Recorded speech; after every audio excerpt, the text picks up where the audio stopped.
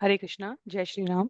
सभी को सादर प्रणाम। श्री वाल्मीकि रामायण सत्र संख्या 86 में सभी भक्तों का स्वागत है। हम सभी यहाँ बालकांड अध्याय संख्या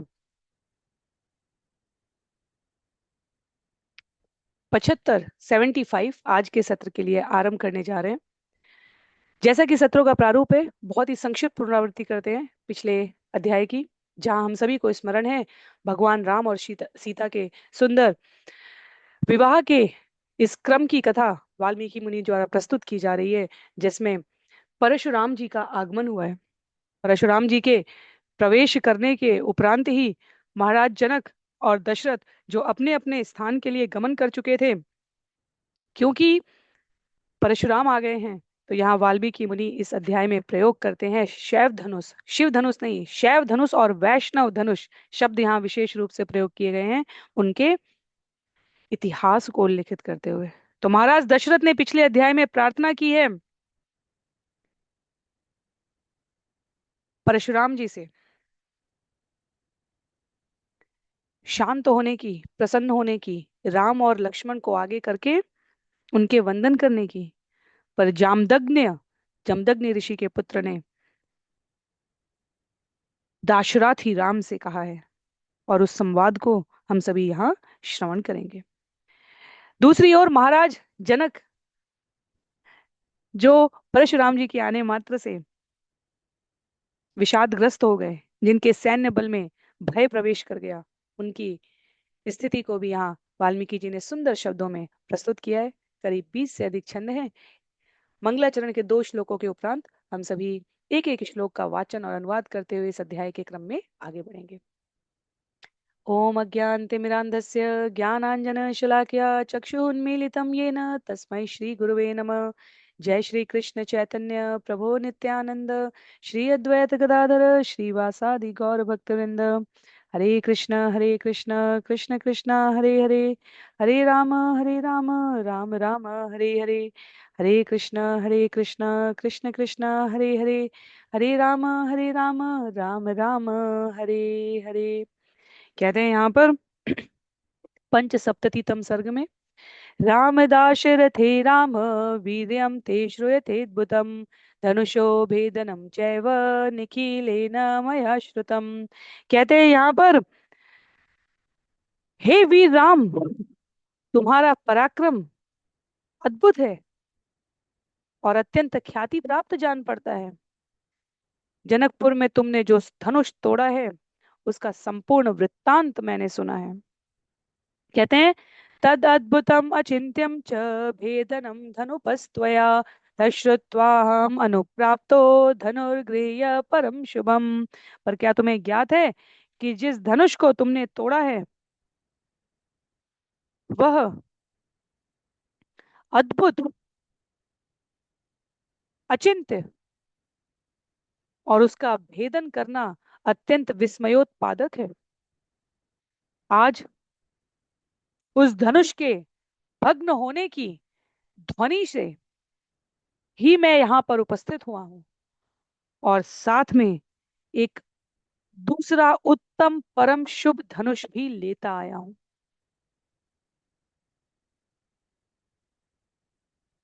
तद इदम घोर संकाशम जामदग्नम महध्वनु पूरयस्व शरीरेव स्वबलम दर्शयस्व च। और कहते हैं आगे, यह है जामदग्न का घोर स्वरूप संपन्न महाधनुष। इस पर जरा बाण का संधान करो और अपना बल मुझे दिखलाओ। तदहं ते बलं दृष्ट्वा धनुपो धनुषोष्य प्रपूरणे द्वंद्वयुद्धं प्रदास्यामि वीर्याश्लावयमहं त्वम। कहते हैं, इस धनुष के आरोपण करने में जब मैं तुम्हारा बल देख लूंगा, उसके उपरांत ही, हे वीर श्लाघ्य, श्लाघ्य अर्थात प्रशंसा, अपनी वीर अर्थात अपनी वीरता के लिए, पराक्रम के लिए प्रसिद्ध राघव, तब मैं तुम्हें द्वंद्व युद्ध का प्रस्ताव दूंगा। तो यहाँ पर परशुराम जी कहते हैं, तुमने वो धनुष तोड़ा, उसकी टंकार, क्योंकि मुझे ज्ञात है कि वो कितना विस्मय उत्पादक है, तथापि मैंने उसे देखा नहीं, तो मैं तुम्हें पहले तुम्हारे इस पराक्रम को चुनौती देना चाहता हूं, पर उसके पहले मैं तुम्हारा परीक्षण लूंगा कि तुम जो मैं धनुष, दूसरा उत्तम शुभ धनुष साथ में लेकर आया हूं, उसे तोड़कर दिखाओ। तस्य तद्वचनं श्रुत्वा राजा दशरथस्तदा विषण्ण वदनं दीन प्राञ्जलि वाक्यमब्रवीत्। सुंदर पंक्ति है यहाँ पर। कहते हैं, भीतो यदि धनुष त्यक्त्वा निर्जितोस्मीति भावद। कहते हैं, परशुराम जी की ये बातें सुनकर महाराज दशरथ उदारता पूर्वक, दीनता पूर्वक, विषण्ण वदना, परशुराम जी की चतुराई पूर्वक प्रशंसा करने के क्रम में हाथ जोड़ने के दीन भाव से अंजलि बद्ध वचन कहने जा रहे हैं। और उससे पहले यहाँ वाल्मीकि रामायण में एक पंक्ति हमने श्रवण की, कहते हैं, भीतो यदि धनुष त्यक्त्वा निर्जितोस्मीति भावद। परशुराम जी ने चुनौती दी है राम को, भगवान राम को, मर्यादा पुरुषोत्तम राम को, कि यदि तुम्हें भय लग रहा हो तो तुम धनुष का त्याग करके कह सकते हो, भीतो अयम, मैं पराजित हो गया। और जब दशरथ जी ने इस प्रकार के वचन सुने हैं, तो उन्होंने पूर्वानुमान से वह जान गए कि परशुराम बहुत प्रसन्न मुद्रा में ये नहीं दे रहे हैं, वो राम को द्वंद्व युद्ध के लिए आमंत्रित कर रहे हैं, पर उससे पहले उनकी परीक्षा ले रहे हैं, अर्थात किसी भी प्रकार से वह उदारता के साथ व्यवहार नहीं करेंगे, ऐसा दशरथ जी का अनुमान है। और इसलिए वह हाथ जोड़कर अंजलि बद्ध होकर कहते हैं, शत्र रोषात प्रशांतस्त्वं ब्राह्मणश्व महायशा बालानां मम पुत्राणाम अभयम दातुमर्हसि। हे परशुराम, हे भगवान, आपका क्षत्रियों पर जो कोप था वह शांत हो गया होगा, क्योंकि क्षत्रिय समुदाय के प्रति आपका रोष जगत व्याप्त है। आप तो यशस्वी ब्राह्मण हैं, मेरा पुत्र तो मात्र बालक है। आप उन्हें अभय प्रदान करें, अर्थात आपके द्वारा इस प्रकार उतने परम प्रकांड ब्राह्मण के द्वारा बालक पर रोष करना शोभा नहीं देता। आप मेरे इस बालक को अभय दान दे दीजिए। भार्गवाणां कुले जात स्वाध्याय व्रतशालिनां सहस्राक्षे प्रतिज्ञाय शस्त्रं निक्षिप्तवानसि। कहते हैं, स्वाध्याय व्रतशाली वैदिक अध्ययन व्रतों के अभ्यासरत भार्गव कुल में जन्मे आप तो सहस्राक्ष इंद्र के सानिध्य में प्रतिज्ञा करके अस्त्र शस्त्र का परित्याग कर चुके हैं। स त्वं धर्मपरो भूत्वा कश्यपाय वसुंधराम दत्वा वनम उपागम्य महेंद्र कृतकेतन। महाराज दशरथ को ज्ञात है, महायशस्वी इक्ष्वाकु वंशीय महाराज दशरथ है। संवाद यहाँ मनुष्य और देवता, ऋषि और मुनि, महर्षि और ब्रह्मर्षि के स्तर का चल रहा है। कहते हैं महाराज दशरथ कि आपने तो सहस्त्राक्ष इंद्र की उपस्थिति में उनको साक्षी करके अस्त्र शस्त्र त्यागने की प्रतिज्ञा की है, आपने अस्त्र शस्त्र का परित्याग कर दिया है। धर्म में स्थित होकर कश्यप मुनि को वसुंधरा प्रदान करके आपने तो महेंद्र पर्वत को निज केतन अपना निवास बनाया है, और आप अब वहां तपस्या करते हैं। मम सर्व विनाशाय संप्राप्तस्त्वं महामुने न चैकस्मिन् हन्ते राम सर्वे जीवामहे वयम। हे महामुने, आप हमारा सर्वस्व नष्ट करने के लिए आए हैं क्या? यदि राम के संग इस संघर्ष में राम का कुछ अहित हो गया, यदि राम, मेरे पुत्र राम मारे गए, हम में से कोई भी जीवित नहीं रह पाएगा। तो अंजलि बद्ध होकर दीनता पूर्वक परशुराम के पूर्ववर्ती व्रत का, उनके वर्तमान निवास स्थान और दिनचर्या का, और उनके द्वारा घोषित किए जा रहे इस अघोषित युद्ध का परिणाम तीनों अत्यंत चतुराई से और दीनता से महाराज दशरथ परशुराम के समक्ष प्रस्तुत कर रहे हैं। ब्रुवत्येवं दशरथे जामदग्न प्रतापवान् अनादयैव तद्वाक्यं राम एवामप्यभाषयत् रोषात् प्रस्फुरणमाणो अष्टो रामं परम धन्विनम। तो इस प्रकार जब महाराज दशरथ के वीरता पूर्ण शब्द प्रयोग कर रहे हैं, तब जमदग्नि पुत्र महाप्रतापवान परशुराम जामदग्नि दशरथ के इन वचनों की अवहेलना करते हुए धनुर्धर राम पर रोष के कारण अपने कांपते हुए ओठों से प्रस्फुरित करते हैं वचनों को। तो अब धीरे धीरे परशुराम का स्वरूप यहाँ प्रस्तुत कर रहे हैं। ब्रह्मर्षि वाल्मीकि विश्वामित्र वशिष्ठ के द्वारा सेवित पोषित और आशीर्वाद प्रदत्त, कह रहे हैं परशुराम अब यहाँ पर क्रोधित हैं, और दशरथ जी के इन सुंदर वचनों का उनके ऊपर कोई प्रभाव नहीं हुआ। और वो कहते हैं, इमे द्वे धनुषी श्रेष्ठे दिव्ये लोकाभिविश्रुते दृणे बलवती मुख्ये सुकृते विश्वकर्मणा।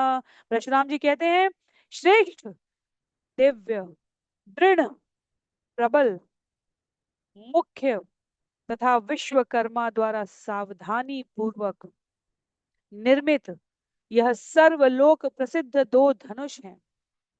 कहते हैं, हे राम, ये दोनों धनुष अति उत्तम है, संसार में प्रसिद्ध हैं, विश्वकर्मा द्वारा बड़ी सावधानी से इनका निर्माण किया गया है। करवीर समे गंधे विशाले विमले शुभे अतिश्रिष्टम सुर एकम त्र्यंबकाय युयुत्सवे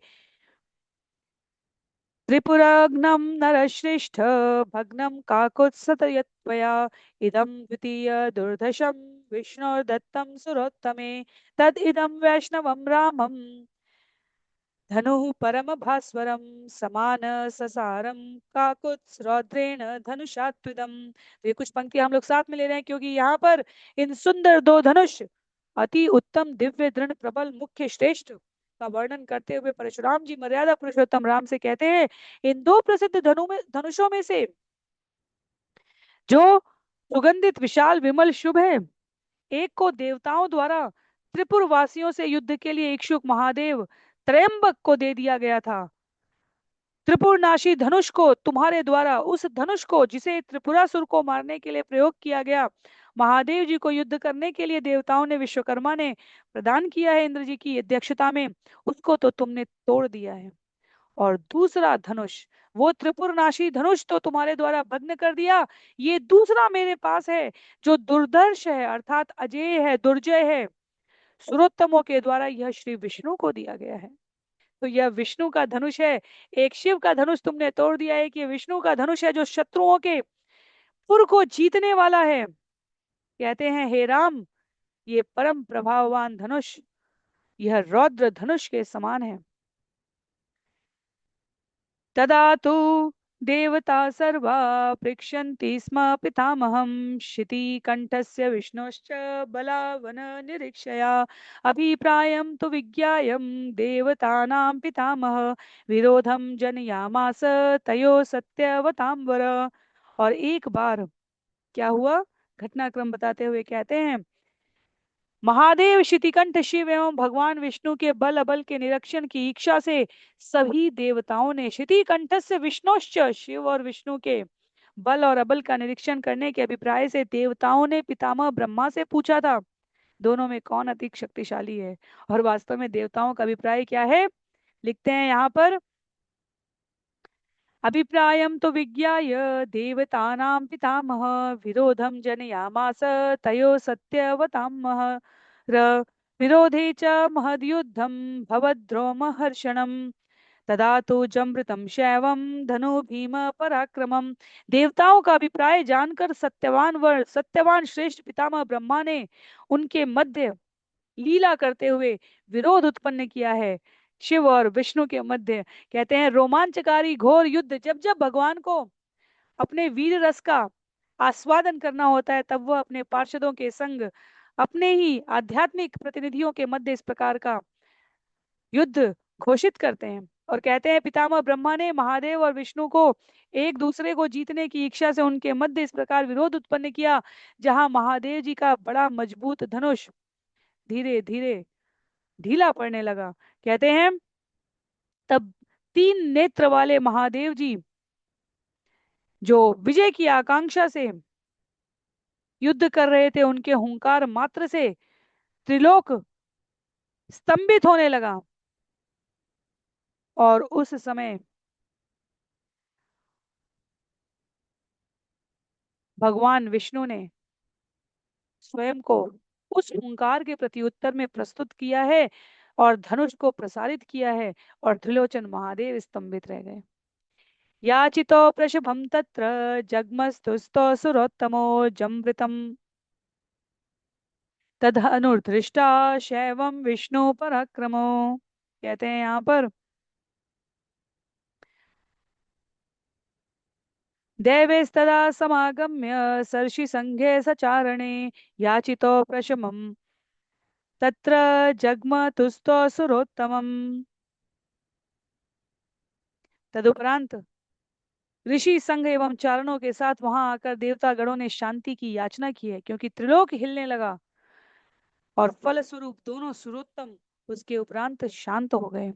जमृतं तद्धनुर्दृष्ट्वा शैवं विष्णु पराक्रमम् अधिकं मेनिरे विष्णुं देवा सर्षि गणास्तदा। और वहां ऋषिगणों के साथ देवताओं ने यह निष्कर्ष निकाला कि यह जो वैष्णव धनुष है यह शिव धनुष से श्रेष्ठ है। संवाद यहाँ समाप्त नहीं होता। कहते हैं तदुपरांत घटनाक्रम कुछ इस प्रकार से बढ़ा कि पूजयित्वा ततो विष्णु आमंत्र्य च पिनाकिनं ब्रह्मेन्द्रादीन् पुरस्कृत्य नाकपृष्ठं ययुस्तदा। तदुपरांत भगवान विष्णु की पूजा करके और महादेव पिनाकी से अनुमति लेकर, शिव से अनुमति लेकर, ब्रह्मा जी इंद्र आदि अन्य प्रधान को सामने रखते हुए देवतागण स्वर्ग को प्रस्थान कर गए। धनुरुद्रस्तु संक्रुद्धो विदेहेषु महायशा देवरातस्य राजर्षे ददो हस्ते ससायकम। और उस इतिहास को वर्णित करते हुए परशुराम जी यहाँ कहते हैं कि यद्यपि महायशस्वी संक्रोधित रुद्र ने विदेह देश में राजर्षि देवरात के हस्त में, हाथों में अपना वह धनुष प्रदान कर दिया था, तदापि तद्धनुर्देवरातोपि शीर्षा गृह पूजयत भग्नम तन्मनुश्रेष्ठ त्वया पैनाकमुत्तमम। उस धनुष को शीर्षा ग्रहण करके देवरात ने उसकी पूजा की थी। हे मनुश्रेष्ठ, उस उत्तम शिव का धनुष तुम्हारे द्वारा भंग कर दिया गया। इदं च वैष्णवं रामं धनुपुर पुरंजयं ऋषिके भार्गवे प्रादाद् विष्णु संन्यासमुत्तमम्। परंतु ऋषिकेश महातेजा, कहते हैं यहाँ पर, हे राम, पर पुरंजयु शत्रु नगरी का नाश कर देने वाले उस वैष्णव धनुष को मैं तुम्हारे समक्ष प्रस्तुत करता हूँ।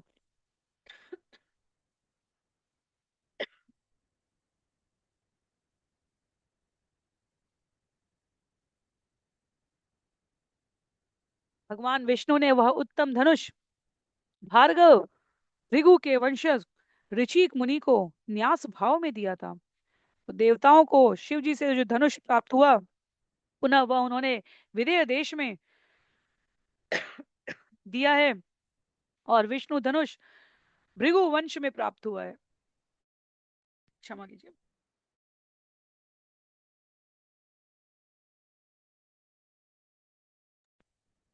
पितुर्मम ददौ दिव्यम जमदग्ने महात्मन न्यस्त शस्त्रे पितरी में तपोबल समन्विते। कहते हैं यहाँ पर इतिहास को आगे प्रस्तुत करते हुए परशुराम, महातेजस्वी ऋचिक मुनि ने यह दिव्य धनुष अपने पुत्र तथा अप्रतिम कर्मा मेरे पिता जमदग्नि को दिया।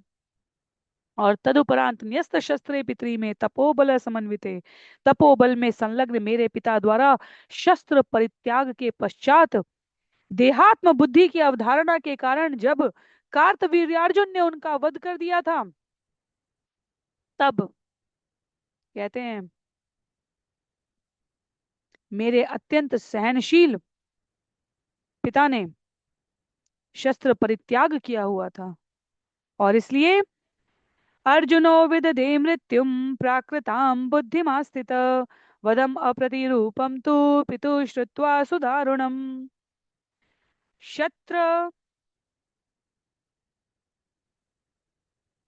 अमर्षो में महानी सत सर्वलोक भय प्रद शास्त्रो तो अग्निहुतो विप्रे यथा हुत मुखे प्रभु।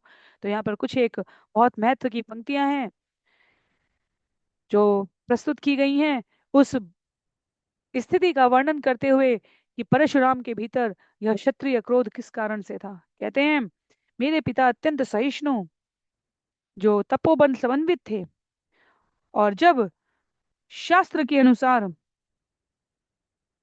विप्र अनुष्ठित यज्ञ के आरंभ में शक्तिशाली अग्नि जिस प्रकार से प्रकट होती है, उसी प्रकार पिता के उस अतुलनीय सुदारुण अत्यंत भीषण वध के विषय में सुनकर सभी लोकों में भय प्रदान करने वाले महान अमर्ष क्रोध का मेरे भीतर प्राकट्य हुआ। कहते हैं क्रोध में भरकर जैसे क्षत्रिय उत्पन्न हुए, वैसे ही मेरे भीतर के क्रोध ने कार्तवीर्य अर्जुन के द्वारा किए गए इस अत्यंत अधम कृत्य के प्रतिशोध के लिए संकल्प लिया। अशक्नुवंशं तं क्रोधं धनुर्गृह्यं परम शुभम शत्रम उत्साद यन्नोषाज्जातं जातं अनीकश पृथ्वीं चाखिलां प्राप्य कश्यपाये महात्मने यज्ञस्यान्ते तदा राम दक्षिणां पुण्यकर्मणे दत्त्वा महेन्द्रनिलय तपोबलं समन्वित स्थितोऽस्मि तस्मिन्स्तप्यन् अन्वेषु सुखम सुरसेविते। तो कहते हैं यहाँ पर, जब उस क्रोध को नियंत्रित करने में मैं असमर्थ हो गया, तब इस परम शुभ धनुष को धारण करके मैंने रोष में बहुबार जन्म लेने वाले क्षत्रिय वर्ग का उन्मूलन किया है। हे राम, यज्ञ के अंत में अखिल पृथ्वी प्राप्त करके इसे पुण्य कर्म करने वाले महात्मा कश्यप को दक्षिणा में देकर मैं तपोबल समन्वित होकर महेंद्र पर्वत पर निवास करना स्वीकार कर लिया। और अद्युतुत्तमवीरेण त्वया राम महाबल श्रुत्वा तो धनुषो भेदम ततो हम द्रुतमागत। हे महाबलशाली राम, उत्तम अशिथिल वीरता से तुम्हारे द्वारा इस शिव धनुष को भंग किया गया है। जब मैंने इसके विषय में सुना है तो मैं द्रुत गति से यहाँ आ गया। तो इतिहास बतलाकर परशुराम कह रहे हैं, भगवान राम को एक प्रकार से चुनौती देते हुए कि मैंने ऐसा भीषण यज्ञ किया था जिसमें क्षत्रिय बार बार उन्मूलन होते चले गए, तथापि तुम्हारा ये दुस्साहस कि तुम्हारे द्वारा पुनः इस धनुष की टंकार को इस जगत में कंपायमान करने के लिए प्रयोग किया गया। मैं यहाँ उपस्थित हूँ, मैं देखना चाहता हूँ वास्तव में शिव धनुष के उपरांत भंजन करने के उपरांत अब वैष्णव धनुष को तुम किस प्रकार प्रयोग करने वाले हो, करके दिखाओ मुझे। यहाँ पर कहते हैं योजयस्व धनुश्रेष्ठे शरम पुर पर पुरंजयम, क्षमा कीजिए, योजयस्व धनुश्रेष्ठे शरम पर पुरंजयम यदि शक्नोषि काकुत्स द्वंद्वम दास्यामि ते तत। 3 अध्याय दिए हैं वाल्मीकि मुनि ने परशुराम जी के आगमन पर, परशुराम जी के संवाद पर, और परशुराम जी के द्वारा भगवान श्री राम के वैष्णव धनुष संधान को देखने के उपरांत उनको आशीर्वाद देकर उनसे क्षमा याचना करके सबको विनम्रता पूर्वक भेजने का। तो हम अभी इस क्रम में दूसरे अध्याय पर हैं। अगले अध्याय में हम सभी श्रवण करेंगे जहां परशुराम जी के द्वारा भगवान श्री राम धनुष भंजन की लीला संपादित करेंगे और परशुराम जी के द्वारा उनको बाण मोचन करते हुए देखकर यह जानकर कि वैष्णव धनुष तो केवल विष्णु के द्वारा ही भंजन किया जा सकता है, वह अपनी प्रतिक्रिया देंगे। तो अध्याय यहाँ पर समाप्त हो रहा है। इस अंतिम श्लोक के अनुवाद में कहते हैं परशुराम जी, हे शत्रुओं के पुर को जीतने वाले, हे पर पुरंजय, उत्तम इस सज्जित उत्तम धनुष पर बाण का संधान करो। हे काकुत्स, यदि तुम इस पर बाण चढ़ा सके तो मैं तुमसे द्वंद्व युद्ध करूंगा। मैं तुम्हें जाने नहीं दूंगा बाण चढ़ाने के उपरांत। मैं तुम्हारे शक्ति परीक्षण हेतु तब तुमसे युद्ध करूंगा। और परशुराम जी के इस भाव को महाराज दशरथ पहले ही समझ गए, इसलिए वह कहते हैं कि आपका उद्देश्य यदि क्षत्रिय उन्मूलन करने का है और आप राम को क्षत्रिय समझकर यहाँ पर उसका बदला लेने के लिए आए हैं, कृपया विचार कर लें। राम नहीं रहेगा तो हम सभी इस जगत में नहीं रह पाएंगे। तो भय है यहाँ पर, यहाँ वीर रस है, यहाँ भगवान के द्वारा संबंध बनाने वाले अप्रत्यक्ष रसों का प्रत्यक्ष वाल्मीकि जी के द्वारा शब्दों में चित्रण प्रस्तुत किया गया है।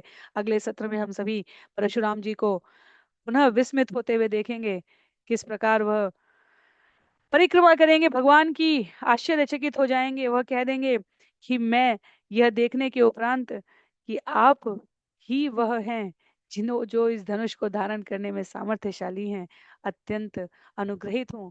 तो हम छंदों के माध्यम से अगले सत्र में इसको श्रवण करेंगे। आज के लिए सत्र को यहीं पर समाप्त करते हैं। सभी को बहुत बहुत आभार। श्री वाल्मीकि रामायण की जय, श्रील प्रभुपाद की जय, श्रील गुरुदेव की जय, अनंत कोटि वैष्णव वृंद की जय, नामाचार्य श्रील हरिदास ठाकुर की जय। हरे कृष्ण।